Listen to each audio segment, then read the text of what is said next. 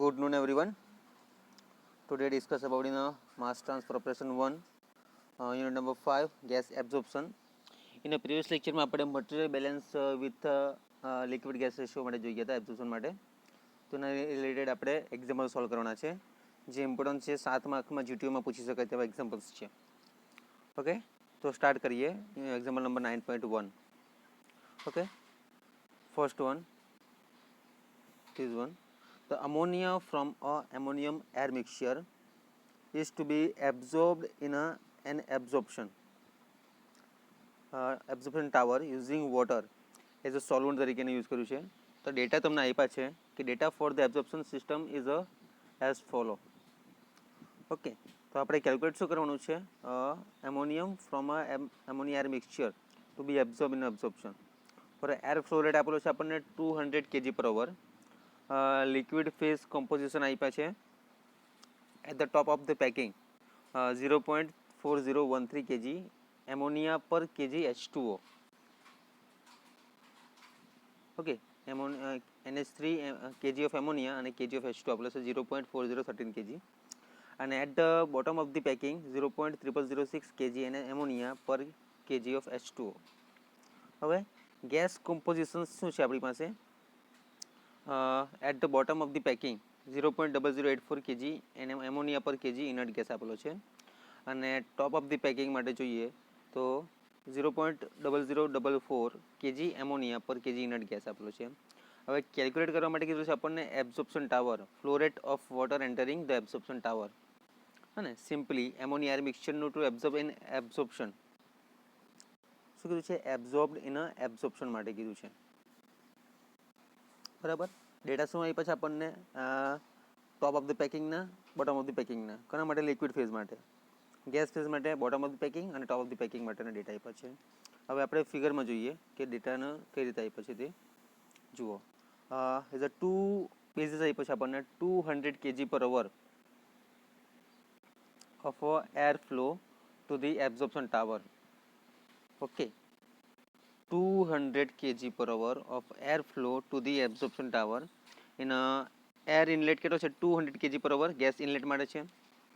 Okay, હવે liquid જે bottom product છે સોલ્વન્ટ પ્લસ સોલ્યુટ અને આ બાજુ ગેસ આઉટ થાય છે, લિક્વિડ ઇન થાય છે.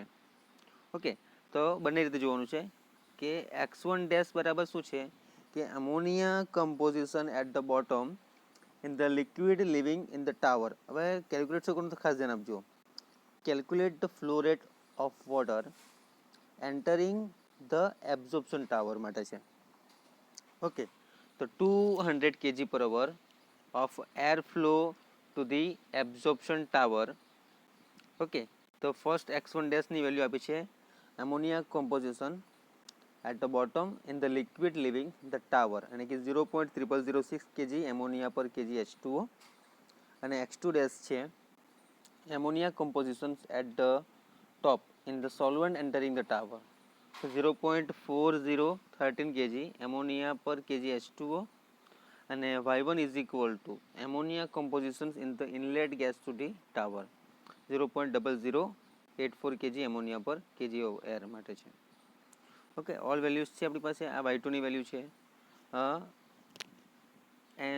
ammonia composition in the outlet gas from the tower 0.0044 kg NH3 kg air.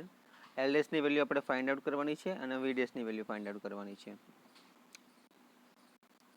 Okay, તો L આપણે ફાઇન્ડ આઉટ કરીશું પહેલા તો કે for absorption L is equal to what? Mass flow rate of solute free solvent in a kg/h and VDS is equal to mass flow rate of the solute free gas or in kg/h.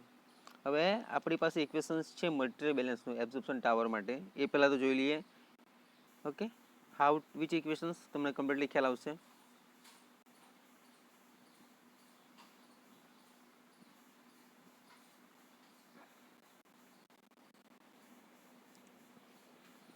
જે આપણે absorption material balance કર્યું છે ને એના basis પર તમને completely ખ્યાલ આવશે. These one. Okay, these one. આ ઇક્વેશન્સનો યુઝ કરવાનો છે આપણે. બરાબર, બધી y1 y2 x1 x2 VDS LS ની વેલ્યુ આપેલી છે.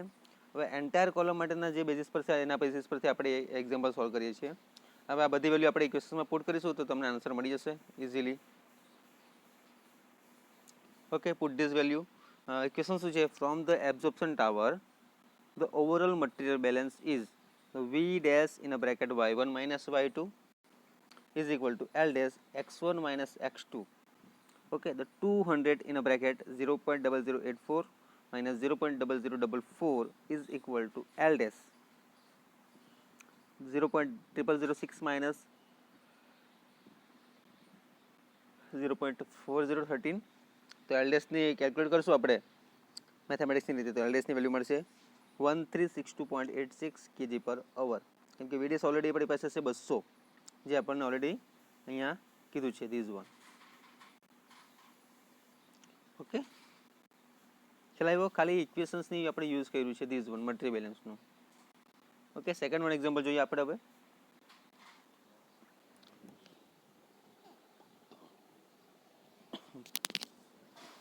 This one, the gas containing example number 9.2 is there. Gas containing 2% by volume. Solute A is fed to an absorption tower at a rate of 0.35 meter cube per second at a 299 Kelvin and 26 degrees Celsius. Okay, so 273 plus 26 કરશો તો તમને મળશે 299 Kelvin and 106.658 kilopascal pressure and 95% of the original solute is removed by absorbing it in a solvent B. The solvent containing 0.005 mole fractions of a solute enters the tower of the top and the exit liquid streams from the absorption tower contains 0.12 moles of A per mole of B. Okay, so find out the flow rate of the solvent entering the absorption tower on a solute free basis. Okay, simply calculate કરવા માટે શું કીધું છે આપણે? Find out the flow rate of the solvent entering the absorption tower on a solute free basis. Okay, so all this solution is there material balance માટે છે. તો આપણે ફ્લો રેટ શાના માટે હોય? લિક્વિડ માટે હોય, તો આપણે L dash ફાઇન્ડ આઉટ કરવાનો છે. ઓકે, કમ્પ્લીટલી ડેટા કયા કયા પછી જોઈ લઈએ. ગેસ કન્ટેનિંગ છે 2%. ઓકે, ટાવરનો ફ્લો રેટ કર્યો છે 0.35 મીટર ક્યુબ, ટેમ્પરેચર છે 299 કેલ્વિન, પ્રેશર આપ્યો છે 106.658, આ બાજુ ઓરિજિનલ વેલ્યુ 95% છે, કન્ટેનિંગ મોલ્સ 0.05%, એબ્સોલ્યુટ ટાવર માટે 0.12 moles A moles of B આપ્યો છે. બરાબર, હવે મેઇન બેઝિસ જોઈએ કે આ એક્ઝામ્પલને સોલ્વ કરવા માટે.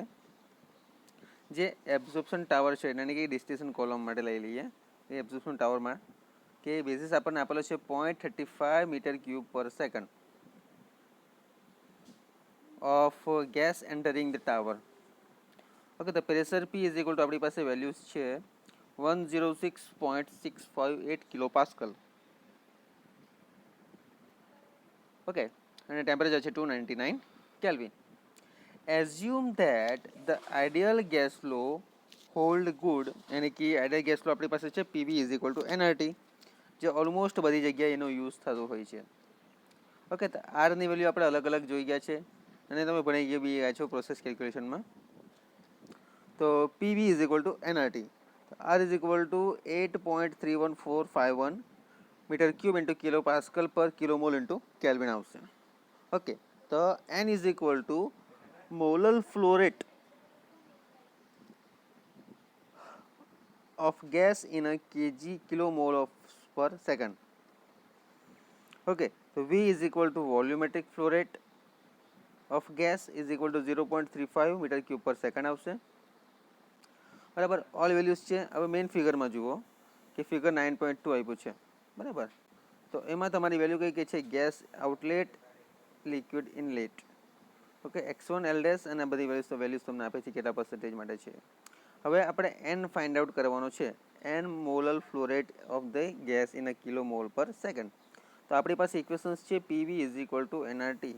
તો આપણે એનને કરતાં બનાવીએ તો કયું ઇક્વેશન્સ મળશે આપણને? These one, N is equal to PV by RT. તો એની અંદર આપણે વેલ્યુ બધી પુટ કરવાની છે. Which one value? Put this equation whole this one, PV N is equal to PV by RT. તો જોઈએ આપણે શું આવે છે. n is equal to PV by RT is equal to 106.658 multiplied 0.35 divided by 8.31451 multiplied to 99 is equal to, calculate कर नाखो, calculate करशो तो તમને આન્સર મળશે 0.015 કિલો મોલ્સ પર સેકન્ડ, यानी कि 15 મોલ પર સેકન્ડ તમને આન્સર મળે છે એનો. એ કોનો છે? n બરાબર શું છે? Molar flow rate of gas in a kilo mole પર સેકન્ડ માટે છે. ઓકે, આના બેઝિસ પર આપણે આગળ વધીએ, કન્ટિન્યુ સ્ટેપ કરીશું. આયન મળી ગયો છે, બરાબર. હવે આપણે A in the inlet gas is equal to 2% આપ્યા છે, બરાબર. તો y2 is equal to mole fraction of A in the gas is equal to 2/100 is equal to 0.02 અને 2/100 ઇઝ ઇક્વલ ટુ 0.02 છે. તો 2/100 કરશું તો એનો આન્સર કેટલા આવશે? 0.02. તો mole fractions of inert gas in the inlet gas માટે 1 minus y1, put the value this equation, 1 minus 0.02 is equal to 0.98 answer મળશે એનો. Okay okay, the solute A in the inlet gas is equal to 2% and y1 is equal to mole fraction of A in the gas is equal to 2/100 is equal to 0.02 છે. The mole fractions of inert gas in the inlet gas is equal to 1 minus y1. તો 1 minus y1 is equal to 0.02 છે, તો answer મળશે આપણને 0.98 મળશે. Okay, તો continue કરીએ આપણે. તો y1 માટેનું ઇક્વેશન્સ છે આપણી પાસે મોલ્સ સોલ્યુટ પર moles inert gas. Solute free gas છે, તો is equal to mole ratio at the inlet. તો y1 is equal to y1 upon 1 minus y1. Okay, the 0.02 by 1 minus 0.02 is equal to 0.02048. તો V dash is equal to molar flow rate of a solute free gas inert માટે, અને એના માટેની equations છે આપણી પાસે 15. V dash ની value છે 1 minus y1. V dash is equal to V into 1 minus y1. તો V ની વેલ્યુ છે આપણી પાસે 15. ક્યાં છે? What is the 15? How? 15 ક્યાંથી આવ્યા છે? 15 this one, n is equal to 15. Okay, n into 1 minus y1. તો V dash ની વેલ્યુ મળી ગઈ છે આપણને 14.7. ઓકે, તો V dash નું ઇક્વેશન શું છે? Molar flow rate of solute free gas inert gas માટે છે, અને એના પરથી ઇક્વેશન પરથી વેલ્યુ પુટ કરશું તો 15 multiply 1 minus y1 is equal to 15 multiply 1 minus 0.02 is equal to 14.7. Okay, the solute in the inlet gas per second, the 15 multiplied 0.02 is equal to 0.3 mole. Okay, the 95% of the solute is absorbed in a 5% of the solute leaves the tower with the inert gas. The unabsorbed, the solute appearing in the gas leaving the tower, તો 0.05 multiply by 3.3 is equal to 0.0015 moles per second આવશે, બરાબર. હવે balance in the inert gas માટે જોઈએ કે inert gas leaving the tower is equal to inert gas entering the tower 14.7 moles. તો y2 છે mole ratio at the outlet gas phase માટે is equal to moles solute by moles inert gas,